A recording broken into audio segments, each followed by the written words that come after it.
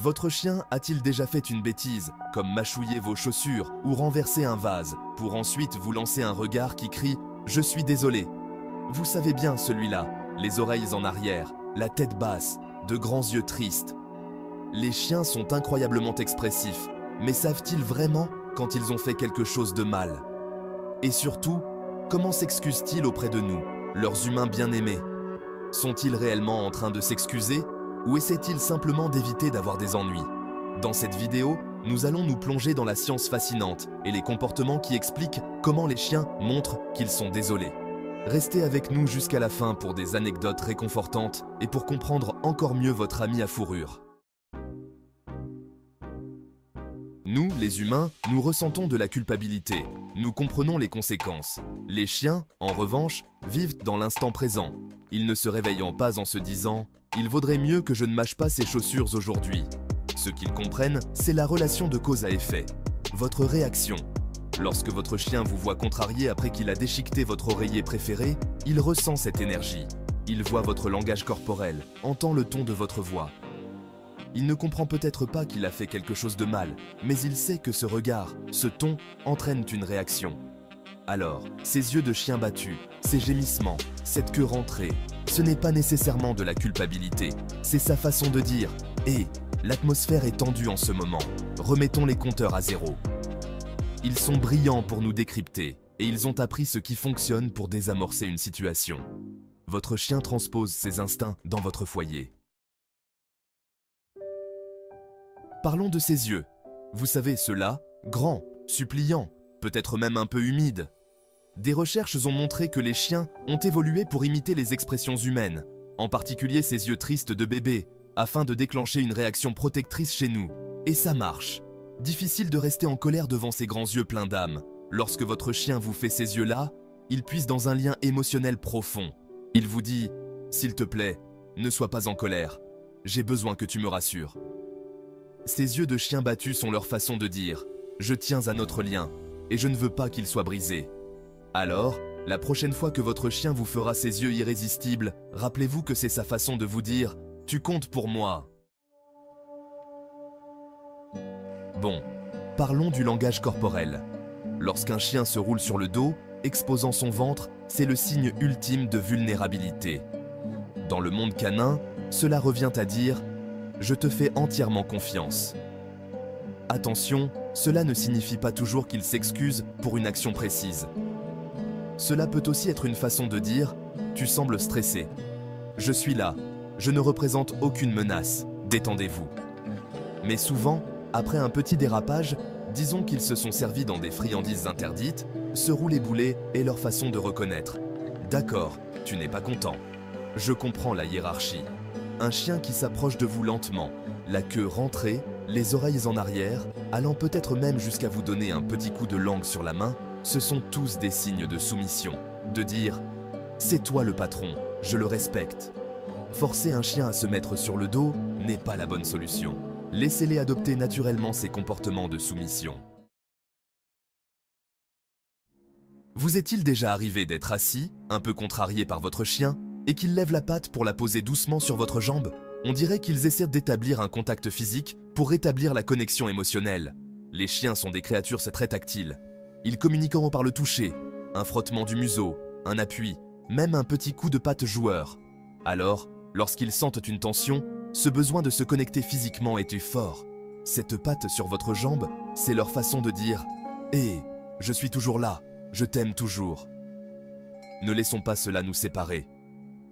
C'est un geste de réconciliation, un moyen de rétablir le contact.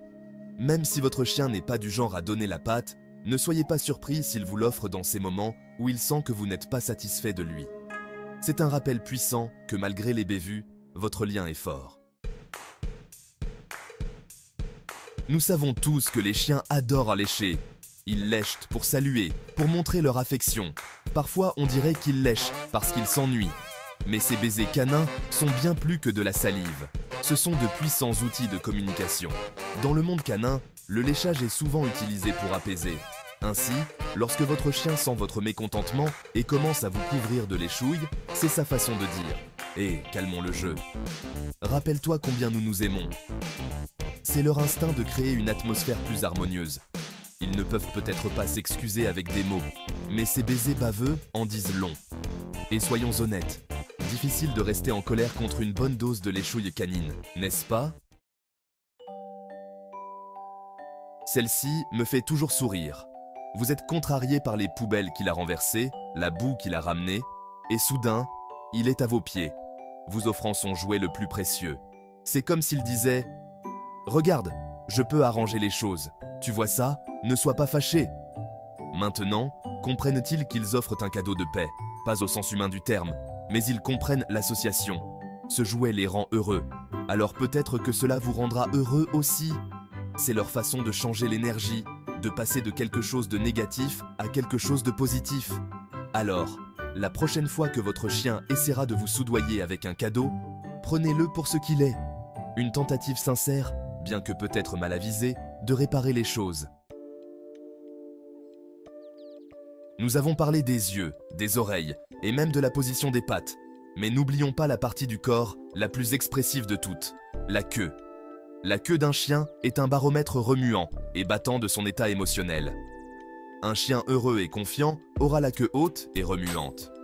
Mais lorsqu'il se sent incertain, anxieux, voire qu'il a conscience d'avoir fait une bêtise, sa queue se baisse souvent, rentrée entre ses pattes.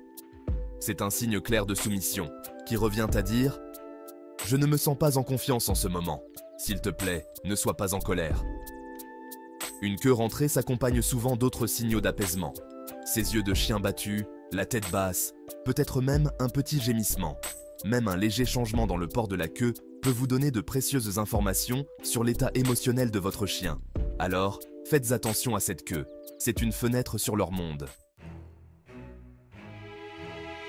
Nous avons donc établi que même si les chiens ne ressentent peut-être pas la culpabilité de la même manière que nous, ils sont passés maîtres dans l'art de lire nos émotions et de réagir d'une manière qui favorise la paix et maintient le lien de la meute. Mais voici le point essentiel. Il ne s'agit pas de s'en tirer à bon compte.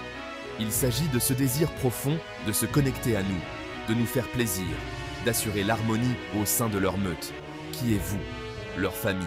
Lorsque nous comprenons ces comportements d'excuses pour ce qu'ils sont, une forme sophistiquée de communication canine, cela renforce notre lien. Nous répondons avec compassion et non avec colère. Et c'est ce qu'il y a de beau avec les chiens, n'est-ce pas? Ils nous apprennent le pardon, à vivre l'instant présent, au pouvoir de l'amour inconditionnel. Ils mettent parfois notre patience à l'épreuve, mais ils nous font aussi fondre avec un seul regard. Alors, la prochaine fois que votre chien vous fera ses yeux de chien battu, rappelez-vous qu'il vous dit « Je t'aime, tu es tout pour moi et je ne veux pas que quoi que ce soit nous sépare. » Vous voyez, il ne s'agit pas de blâmer le chien, il s'agit de comprendre son comportement, de le rencontrer là où il en est. Ils vivent dans l'instant présent, ils repoussent les limites. C'est leur instinct. C'est notre travail, en tant que chef de meute, de fournir des conseils clairs et cohérents.